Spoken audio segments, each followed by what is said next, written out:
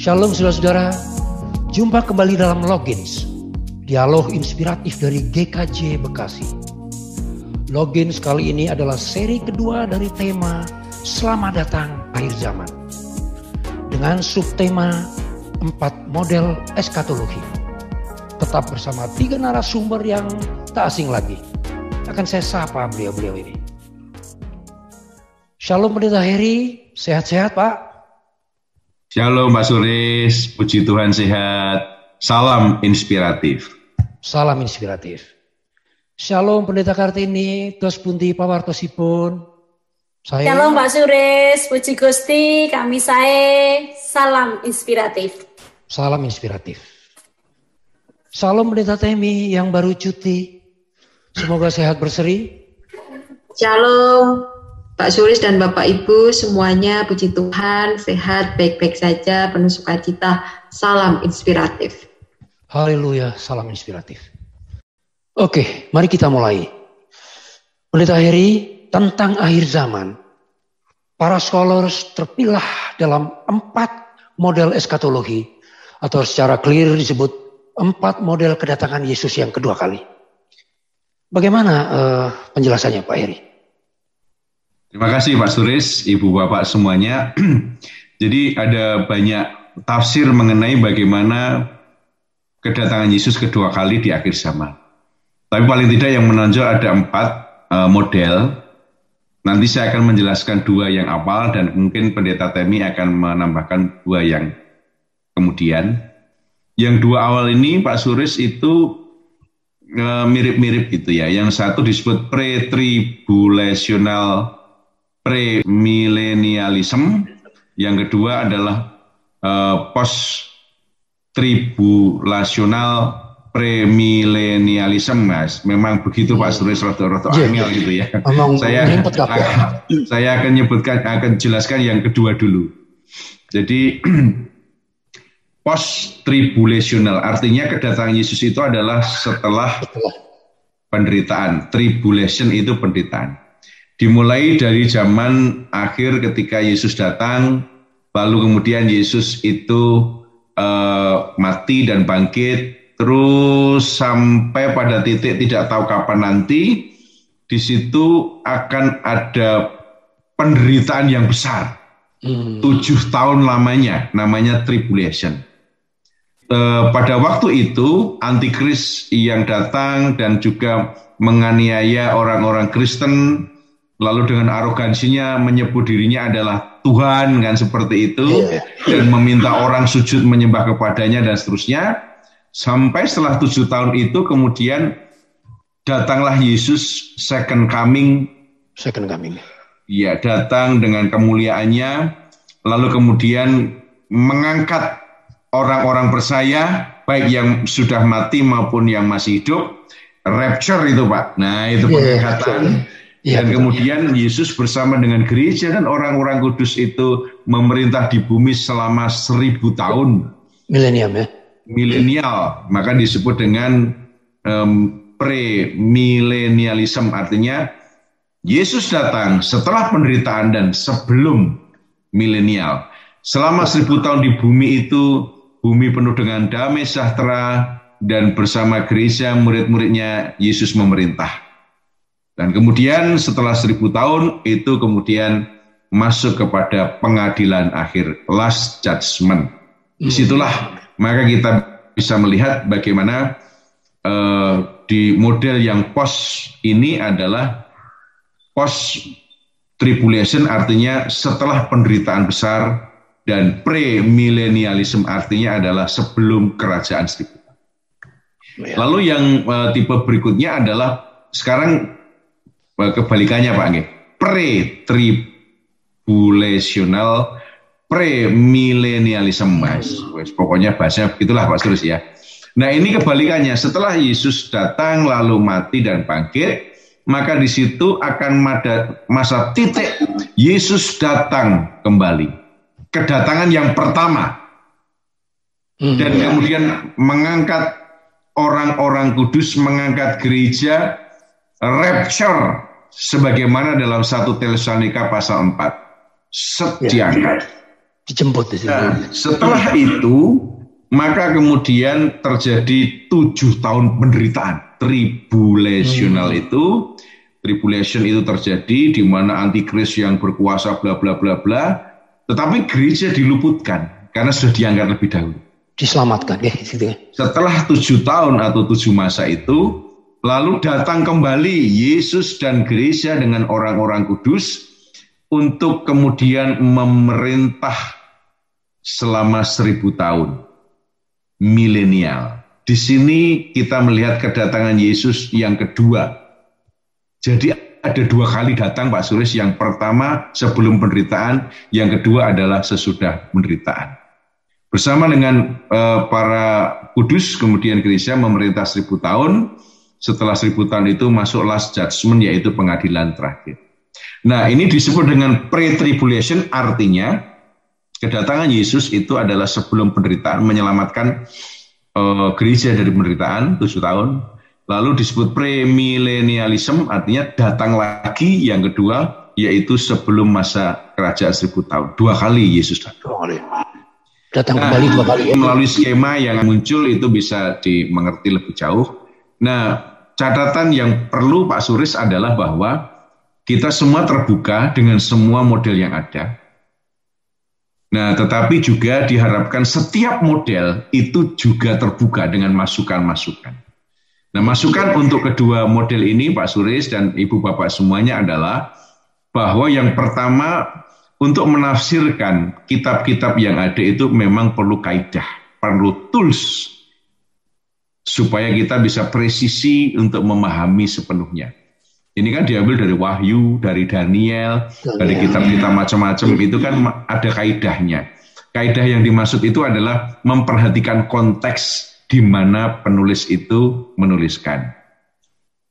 Kemudian juga dalam kaitan dengan kaidah ini, selain konteks masing-masing kitab itu punya pesan tersendiri juga, tidak selalu bisa disambungkan semuanya Pak Suris. Artinya ada yang bisa disambungkan, ada yang tidak. Ada yang tidak. Lalu kita juga perlu cermat memahami apakah itu angka-angka itu simbolik atau memang benar secara ansih. Misalnya di Daniel disebut penderitaan selama 7 masa yang tribulation tadi. Apakah 7 masa itu benar-benar 7 tahun atau itu simbol? 7 itu kan angka sempurna, artinya penderitaan yang sempurna. Angka simbol kesempurnaan. Penderitaannya benar-benar sempurna dialami gereja, sehingga itu menggambarkan betapa pedihnya penderitaan waktu itu. Lalu 1000 tahun itu kan simbol, angka 1000 itu angka kekekalan, simbol kekekalan. Long time, eternity. Iya betul. Sehingga itu tidak selalu harus ditafsirkan benar-benar 1000. Berapa hari, berapa jam, berapa detik, tapi itu simbol. Nah itu kaidah. Jadi cara menafsir itu ada kaidahnya. Lalu yang kedua, catatan yang kedua adalah 1000 tahun itu hanya disebut minor sekali, yaitu di Wahyu. Nah di kitab Injil maupun juga surat-surat itu tidak pernah disebutkan ada 1000 tahun. Oleh karena itu sebuah hal yang minor itu memang agak riskan kalau itu dipakai untuk sebuah ajaran yang global. Itu perlu.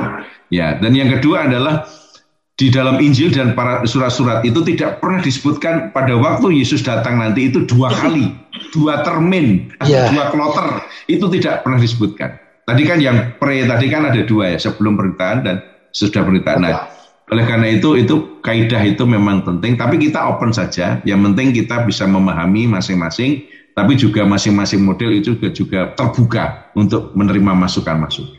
Terima kasih Pak Suris. Oke, luar biasa. Dari dua model saja kita sudah dimanjakan dalam pemikiran. Oke, bagaimana dengan model ketiga dan keempat? Monggo Pendeta Temi. Matur nuwun Pak Suris dan Bapak Ibu, saya melanjutkan penjelasan 2 model yang tadi di awal. 2 model sudah dijelaskan oleh Pendeta Heri. Yang pertama adalah postmilenialisme. Jadi saya membacanya versi bahasa Indonesia gitu ya. Seperti apakah pandangan postmilenialisme ini? Pandangan ini menyatakan bahwa Kristus baru akan datang. Nah, ini baru akan datang untuk kedua kalinya ke dunia ini sesudah kerajaan 1000 tahun. Nah, kerajaan 1000 tahun ini dimaknai oleh orang-orang yang menganut pandangan ini sebagai suatu periode literal. Maksudnya adalah bahwa dalam periode literal ini, bahwa dalam situasi dan kondisi seperti yang mereka pahami itu, dunia itu penuh dengan kedamaian dan kemakmuran. Dan ini akan terjadi selama 1000 tahun. Jadi dunia yang penuh dengan damai, kondisinya makmur, itu akan terjadi selama 1000 tahun. 1000 tahun.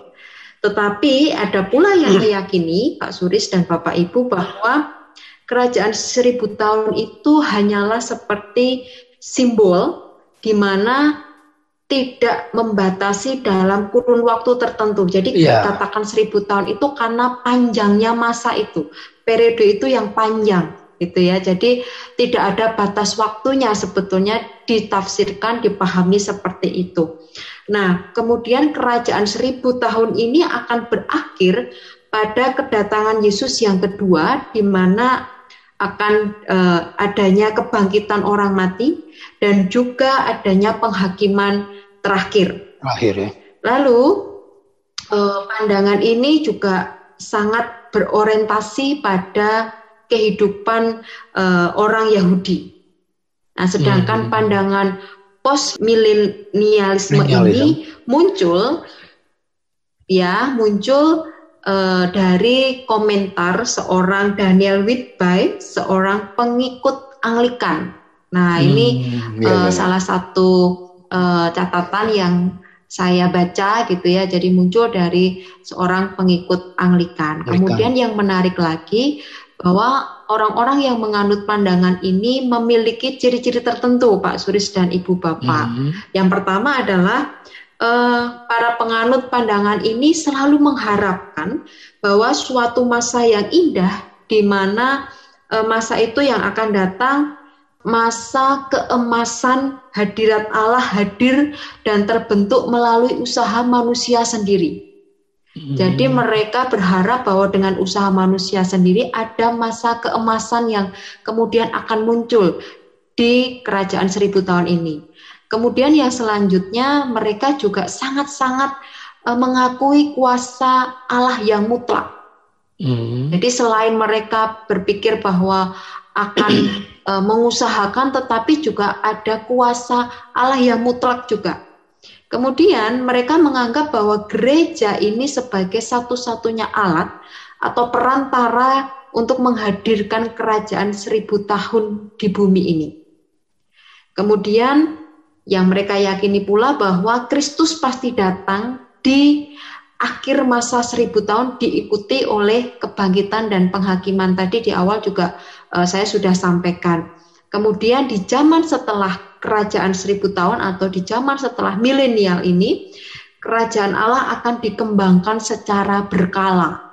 Jadi ada periodisasinya. Nah, ini ciri-ciri bagi orang-orang yang menganut pandangan post-milenialisme. Kemudian yang selanjutnya, pandangan yang keempat, Pak Suris dan Bapak Ibu semuanya adalah milenialisme. A artinya tidak. Jadi pandangan ini mengakui bahwa kerajaan 1000 tahun itu tidak pernah ada. Nah, ini sangat kontras gitu ya dengan pandangan yang ketiga tadi. Para pengikut pandangan ini menolak ajaran pra-milenialisme dan post-milenialisme. Mereka percaya bahwa sebelum kedatangan Yesus yang kedua maupun masa sesudah kedatangannya, dunia ini sudah berisi adanya kejahatan dan juga kebaikan sekaligus. Jadi tidak ada pembedaannya. Jadi dunia ini sudah ada yang namanya kejahatan dan juga yang sudah ada namanya kebaikan. Dan pada masa ini kerajaan Allah sudah hadir melalui pemerintahan Kristus dari surga, kemudian melalui pesan-pesan Alkitab yang tersirat, kemudian ada dari karya pelayanan, dari gereja, dari pekerjaan Roh Kudus. Nah, nanti akan datang masa kesusahan yang besar, atau tadi dari penjelasan Pendeta Heri itu tribulasi gitu ya, tribulation. itu yang akan dialami hingga kedatangan kembali Kristus di dunia yang waktunya kita sama-sama tidak akan tahu kapan itu. Ini penjelasan singkatnya dari pandangan yang keempat, milenialisme yang sangat yakin mengakui bahwa kerajaan 1000 tahun itu tidak ada. Demikian Pak Suris dan Bapak Ibu, matur nuwun. Oke, terima kasih. Catatan saya yang pendek saja, dari keempat model tersebut dapat saya catat bahwa para scholars bersetuju dan bersepakat tentang satu hal, yaitu kedatangan Yesus yang kedua kali, atau bahkan ada nambah sekali. Tetapi perbedaan mereka adalah tentang kapan dan bagaimana kedatangan Yesus terjadi. Oke, saudara, tetapi pertanyaan yang penting adalah bagaimana jemaat harus menyikapi keempat model yang berbeda tersebut. Nah, jawabannya tentu saja dapat Anda ketahui setelah Anda menyeruput kopi yang mungkin tersedia di meja Anda. Salam inspiratif.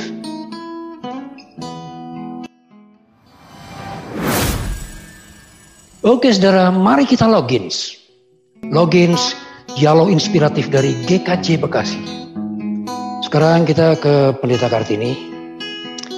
Pertanyaan yang tadi saya ulang, lalu bagaimana jemaat harus menyikapi keempat model eskatologi yang berbeda tersebut? Bagaimana saran dari Pendeta Kartini?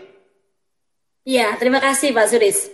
Ibu Bapak dan saudara-saudara semua, dari banyaknya model yang sudah kita dengar, model eskatologi yang sudah kita dengar, penjelasannya secara gamblang begitu ya, dari Pendeta Heri dan Pendeta Temi, saya rasa tanpa harus mempertentangkan antara satu dengan yang lain, tanpa harus menganggap bahwa pandangan yang kita anut lebih baik, lebih hebat dari orang lain. Karena apa? Saat kita mengatakan bahwa pandangan kita lebih baik, maka tidak ada namanya bagaimana menghargai orang lain, bagaimana menghargai pandangan orang lain, bagaimana bisa terbuka terhadap pandangan orang lain. Nah, kalau kita diajak untuk melihat bahwa adanya berbagai pandangan, gitu ya, bagaimana kita menyikapi perbedaan itu, maka yang pertama bahwa perbedaan pandangan tentang kedatangan Tuhan itu malah semakin memperlengkapi satu dengan yang lain. Yang lain. Ya, jadi kita malah menjadi lebih kaya, bukan malah menidakkan satu dengan yang lain. Perbedaan tidak harus membuat kita terpisah. Di dalam sebuah persekutuan, sebagai anggota tubuh Kristus. Walaupun realnya ya pasti ada perbedaan itu membuat perpecahan begitu ya. Jadi saya katakan bahwa perbedaan tidak harus membuat kita lalu menjauh dari persekutuan atau perpecahan dalam sebuah persekutuan. Itu yang pertama. Yang kedua adalah kita diajak untuk meyakini, kita diajak untuk percaya. Seperti yang dikatakan Pak Suris tadi bahwa kedatangan Tuhan itu pasti, ya dan amin. Begitu. Amin. Jadi kita diajak meyakini bahwa kedatangan Tuhan itu malah sebagai dasar kita berpengharapan. Seperti dalam 1 Tesalonika 4 ayatnya yang ke-13 bahwa kedatangan Tuhan sebagai sebuah pengharapan bagi orang yang percaya. Jadi kalau ini menjadi sebuah pengharapan, Bapak Ibu dan saudara-saudara, bagaimana kita yakini ini sebagai sesuatu yang benar? Karena kita sudah meyakininya bahwa pasti Allah itu datang. Nah, yang ketiga adalah dalam menyikapi adanya bermacam pandangan eskatologi, rasa-rasanya bukan perbedaan yang akan menjadi fokus di dalam kita melihat eskatologi atau kedatangan Tuhan Yesus Kristus. Tetapi kita diajak untuk memfokuskan diri pada iman kita, bagaimana cara kita hidup. Di dalam ketaatan akan firman Tuhan, di dalam menyongsong, menyambut kedatangan Tuhan. Jadi bukan soal perbedaan eskatologi atau kedatangan Tuhan, tapi lebih bagaimana kita memperhatikan fokus dalam bagaimana hidup kita di dalam menyambut kedatangan Tuhan itu. Itu saya rasa Pak Suris dari saya tentang bagaimana sikap kita. Terima kasih. Luar biasa. Mungkin Pendeta Temi mau menambahkan? Silakan. Baik, matur nuwun Pak Suris, sedikit dari saya. Seperti apa yang telah disampaikan oleh Pendeta Kartini tadi, yang pertama perbedaan itu tidak harus kemudian menjadikan perpecahan gitu ya, karena perbedaan harusnya semakin justru mempererat, tadi saling terbuka, menghargai. Yang kedua, bahwa kedatangan Tuhan Yesus itu yang kedua kalinya itu pasti menjadi pengharapan bagi semua. Kemudian kita diajak untuk mempersiapkan diri dengan menyambut kedatangan yang kedua. Kemudian yang tambahan sedikit dari saya, Pak Suris, bagaimana saat kita saat ini diberikan kesempatan oleh Tuhan untuk masih menjalani kehidupan ini, bagaimana kita bisa terlibat dalam karya. Nah, karya yang Tuhan kehendaki supaya kita lakukan, sehingga kita mempersiapkan diri, kita menyongsong itu tidak tinggal diam gitu ya, tetapi aktif. Nah, tidak kemudian mudah dipengaruhi oleh ajaran-ajaran tertentu sehingga hidup atau fokus kita hanya menantikan tanpa berbuat sesuatu. Sedangkan Allah menghendaki kita dalam masa persiapan, dalam masa menyongsong, dalam iman kita atas kepercayaan kita, kedatangan Tuhan Yesus yang kedua kali, atas pengharapan kita, maka kita pun juga harus melakukan sesuatu yang berkenan di hadapan Tuhan, yang menjadi bukti bahwa kita itu betul-betul tidak tinggal diam menantikan, tetapi bergerak aktif dalam karya-karya yang bisa kita lakukan. Demikian Pak Suris, tambahan dari saya. Matur nuwun. Terima kasih. Pendeta Akhiri, mungkin ada yang perlu digarisbawahi.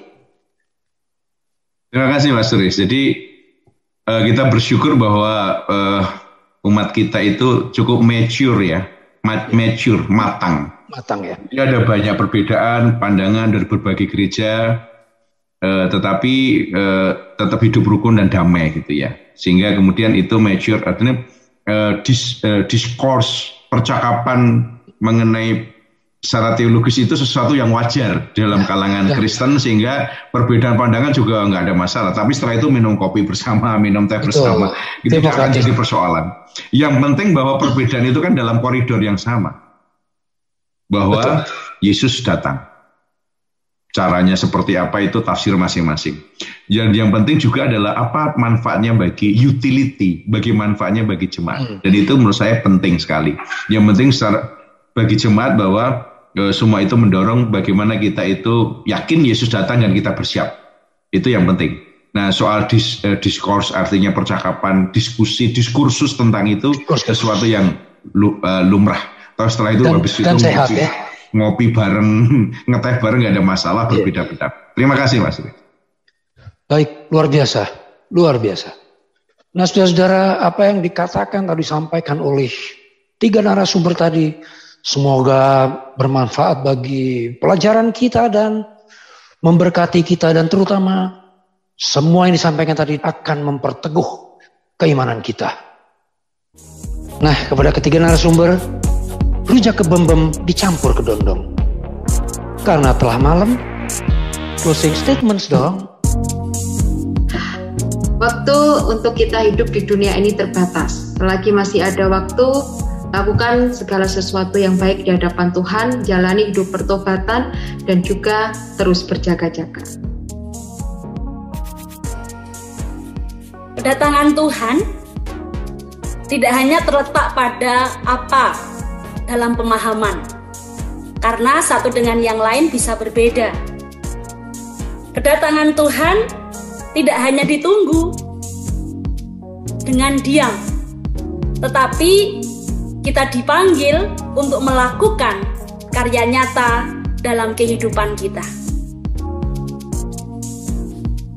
Apapun modelnya, Ibu Bapak semuanya, tapi yang penting adalah Lukas 18 ayat 8. Lukas 18 ayat 8. Ketika Anak Manusia datang, adakah ia mendapati iman di bumi? Terima kasih. Terima kasih. Megalos. Nah, saudara-saudara, sampai jumpa pada Logins mendatang dengan subtema yang misterius, yaitu tentang kebangkitan orang mati dan kebangkitan tubuh. Salam inspiratif. Salam inspiratif. Salam inspiratif. Salam inspiratif. Adios, amigos.